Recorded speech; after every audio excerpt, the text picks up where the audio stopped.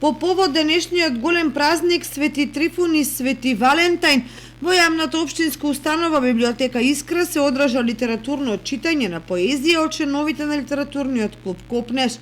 Овој настан Кочанската библиотека го организира традиционално секоја година по повод двата празника, а роднокрајните автори читаат своја поезија пред љубителите на пишаниот збор на тема љубов и вино. Секоја година јавната општинска установа Библиотека Искра од Кочани во соработка со литературниот клуб Копнеш, кој што во нејзин состав го одбележува и го чествува овој ден, овој убав настан, секако со читање на нивни литературни творби, поезија, проза, афоризми и слично.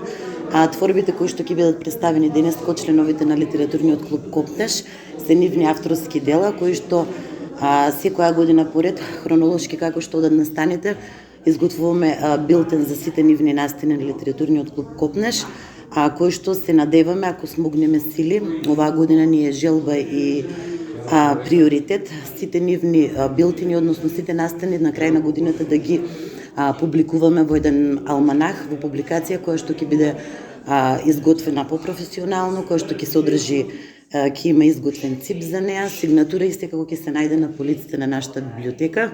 Литературниот клуб Копнеш успешно ја реализираше програмата за 2022 година и најави дека и оваа 2023 година ќе се реализираат културни настани и литературни читања на членовите на литературниот клуб. Оваа година завршиме успешно 2022 година.